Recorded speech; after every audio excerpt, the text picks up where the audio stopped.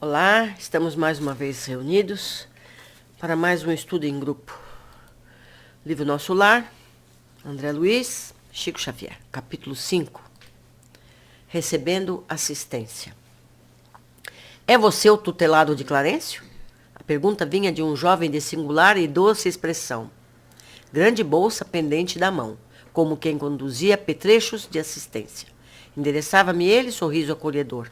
Ao meu sinal afirmativo, mostrou-se à vontade e maneiras fraternas, acentuou.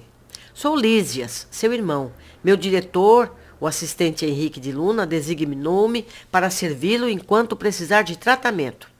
É enfermeiro? Indaguei. Sou visitador dos serviços de saúde. Nessa qualidade, não só coopero na enfermagem, como também assinalo necessidades de socorro ou providências que se refiram a enfermos recém-chegados. Notando minha surpresa, ele explicou. Nas minhas condições, há numerosos servidores em nosso lar. O meu amigo ingressou agora na colônia e, naturalmente, ignora a amplitude dos nossos trabalhos. Para fazer uma ideia, basta lembrar que apenas aqui, na seção em que você se encontra, existem mais de 1000 doentes. Só na seção do André, hein, gente? Tinha 1000 doentes. E note que este é um dos menores edifícios do nosso parque hospitalar. Tudo isso é maravilhoso, eu exclamei. Adivinhando que minhas observações iam descambar para o elogio espontâneo, Lísias levantou-se da poltrona a que se recolhera e começou a escutar-me atento, impedindo-me o agradecimento verbal. A zona dos meus intestinos apresenta lesões sérias, com vestígios muito exatos do câncer. A região do fígado revela dilacerações. Os rins demonstram característicos de esgotamento prematuro. Sorrindo bondoso, acrescentou. Sabe o irmão o que significa isso? Sim, repliquei. O médico esclareceu ontem, explicando que devo ter distúrbios em mim mesmo. Reconhecendo o acanhamento da confissão reticenciosa, apressou-se a consolar. Na turma de 80 enfermos a que devo assistência diária, 57 se encontram nas suas condições. E talvez ignore que existe por aqui os mutilados. Já pensou nisso? Sabe que o homem imprevidente que gastou os olhos no mal aqui comparece com as órbitas vazias? Que o malfeitor interessado em utilizar o dom da locomoção fácil nos atos criminosos experimenta a desolação da paralisia? Quando não é recolhido absolutamente sem pernas? Que os pobres obsidiados nas aberrações sexuais costumam chegar em extrema loucura? Vejam bem, meus amigos, então, o que acontece? A gente pode concluir o que mais? Então, esses espíritos que chegam em nosso lar nessas condições, entre aspas, físicas, se elas não se curarem, se elas não procurarem melhorar a sua condição, elas vão reencarnar nessa situação. Então, isso faz com que a gente entenda certos fatos da vida diária que, para a maioria das pessoas, não tem resposta. Continuando, identificando minha perplexidade natural, prosseguiu.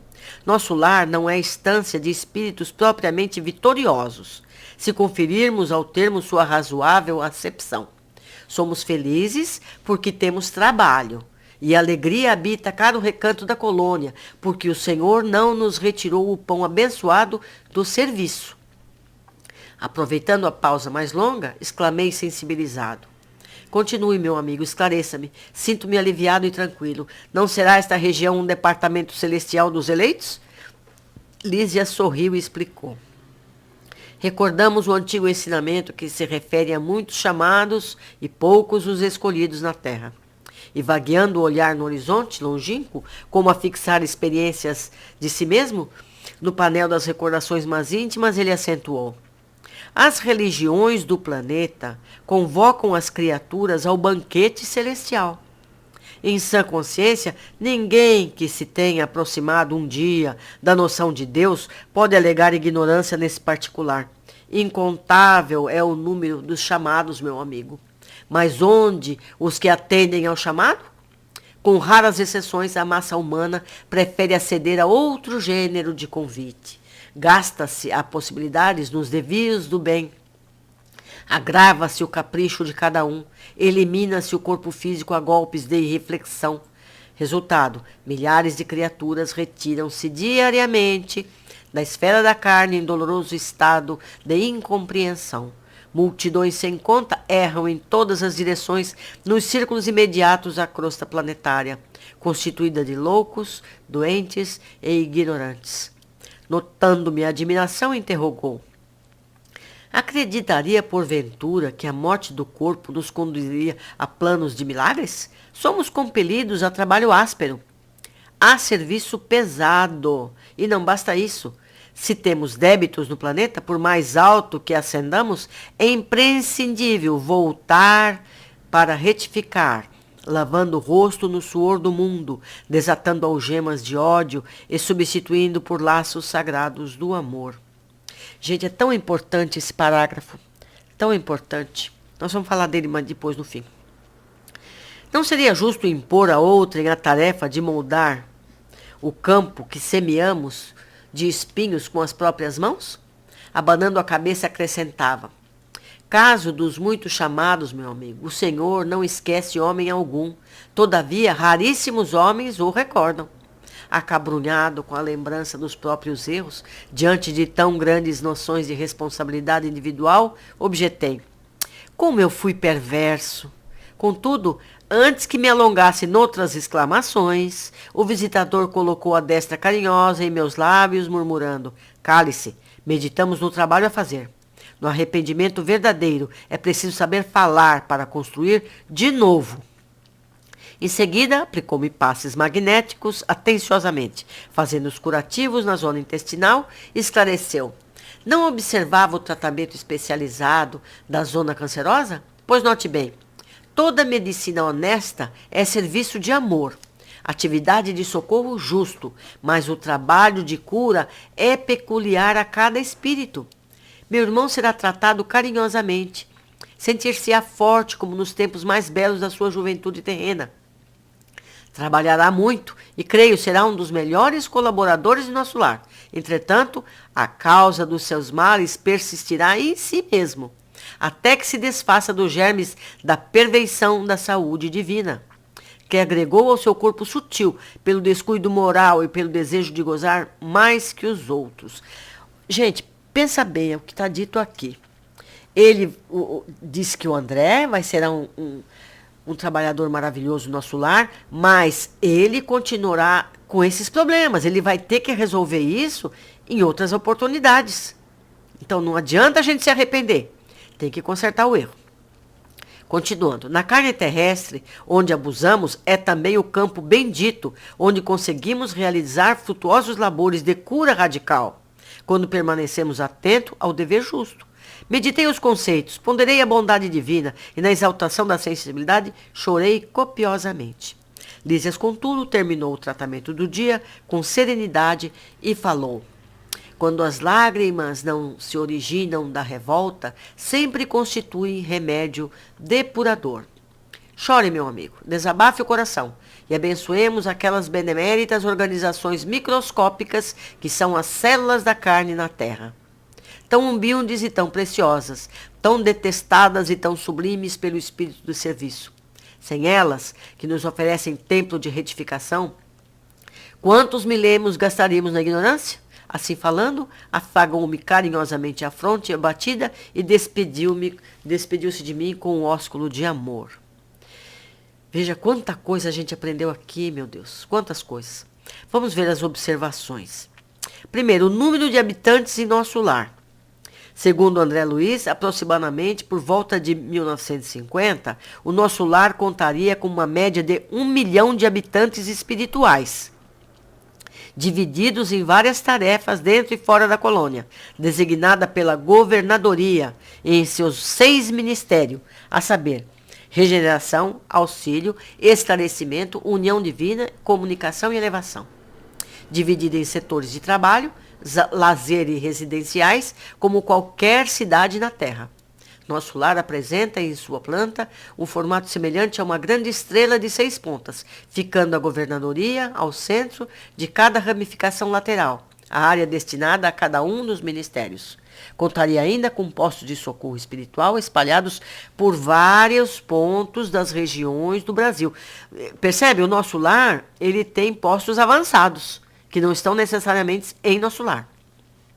A cidade fica localizada em algum ponto na ionosfera terrestre, para onde são levados os espíritos socorridos, vindos de várias partes do umbral e da crosta terrestre. E conta com vasta rede viária, meios de transporte, arborização, praças, teatros, hospitais, escolas e tudo mais. Isso tudo é muito interessante e a gente pode encontrar descrições semelhantes de outras colônias, muito parecido com tudo isso que a gente está vendo descrito aqui no livro do André Luiz. Segunda referência interessante são os mutilados. Aqui me faz lembrar a passagem do Evangelho de Mateus. Se o teu olho te escandalizar, arranca-o, atira-o para longe de ti, pois é melhor que se perca um dos teus membros do que seja o teu corpo perdido. Mateus 5:29. Somos nós, com o nosso mau uso da nossa roupa física, maltratamos nosso corpo físico com más atitudes, já que mesmo em nossa vida atual percebemos isso diariamente. Quando abusamos da alimentação, logo sentimos mal-estares. Quando exageramos da atividade física, sentimos os músculos doloridos. Portanto, nada mais evidente que ter problemas no nosso corpo perispiritual. Se usamos mal o que temos como ferramenta de crescimento aqui na Terra, tudo é consequência. Se a gente lembrar o que leu lá em cima, esses males, eles ficam marcados no perispírito. Se a pessoa não teve a felicidade de ser tratada numa colônia, ou se ela se recusou a tal tratamento, ou se ela não melhorou pessoalmente, ela vai voltar a encarnar com problemas físicos. Então a gente pergunta assim, que mal eu fiz a Deus. A Deus não fez mal nenhum. A gente fez mal a nós mesmos e não fizemos por onde merecer um corpo melhor. Então tudo aquilo que a gente tem é provocado por nós mesmos. Então, quando vem um padecimento físico, a gente tem que entender isso e colaborar com a cura, porque essa cura é do perispírito e não do corpo físico.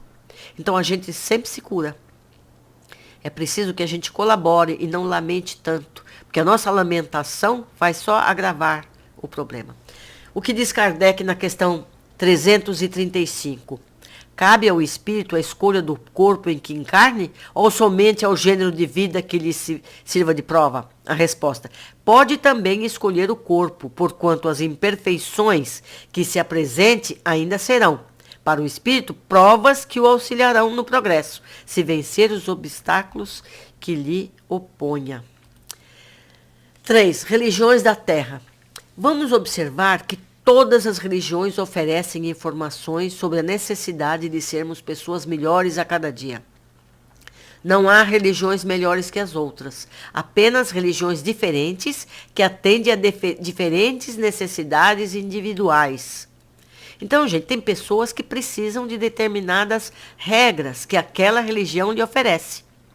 Outra, determinadas informações que aquela religião oferece. Entendeu? A nossa doutrina, ela oferece esclarecimentos que a maioria das doutrinas não oferece. A gente tem que agradecer por esse conhecimento, porque graças ao conhecimento que a nossa doutrina nos dá, a gente entende por que sofre determinadas coisas, por que a necessidade da gente melhorar. Quarta observação, voltar à Terra. Aqui ele nos esclarece que por mais alto que se chegue na evolução espiritual, nós temos que voltar e acertar mesmo as pequenas falhas que deixamos para trás. Quer dizer, não adianta só se arrepender. Tem que se arrepender e consertar o erro que fez. Vemos seguidamente que apesar de conhecermos pessoas de grande bondade, elas não estão livres de dificuldades. Todos aqui temos muita coisa a aprender e corrigir o que fizemos nas oportunidades anteriores. Então devemos estar mais atentos ao que nos acontece diariamente e encarar as dificuldades como oportunidades para acertar.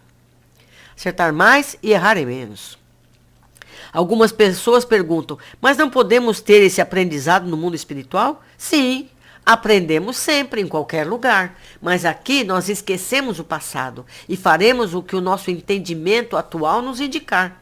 É como a prova na escola, que fazemos sem poder olhar os livros. Temos que saber naturalmente. Aqui é a prova que nos habilita o crescimento. Por isso vivemos em um mundo de provas e expiações. Somos testados em nossa verdadeira condição e aproveitamos para acertar os erros passados. Novamente comparamos com a escola. Temos as revisões de matéria e as provas de aferição de aprendizado. Aqui é a mesma coisa, a gente nasce para fazer isso. 5. As lágrimas. Sim, todos podemos chorar, mas é importante que essas lágrimas não sejam de revolta, pois agravaria a nossa situação. Eu amplio esse comentário quando a gente chora por alguém que a gente perdeu. É muito importante que tipo de lágrima a gente verte. A gente não pode ter lágrimas de sofrimento. Você pode ter saudade, mas você não pode sofrer. Porque tudo aquilo que a gente pensa, a gente já aprendeu isso, ele chega àquela pessoa que a gente dirige. Então, se a gente tiver com dor, se a gente tiver revoltado com essa perda, esse nosso querido vai sentir tudo isso. E não é justo, não é verdade? 6. Fixação na culpa ou problema. Notamos que quando André ia retomar as lamúrias, Lísia se apressou a interromper e mudar de assunto. Assim como no dia anterior, mandou que ele pusesse água na boca para parar de repetir a situação.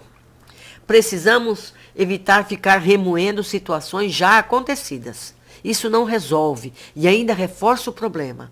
Só há 2 momentos que nada podemos fazer, o ontem e o amanhã. Lamentações nos fazem agravar os sentimentos e nos abate, tirando as energias que podem ser canalizadas para soluções, que são atitudes no agora. É isso, meus queridos. Em breve, um novo capítulo. Até mais.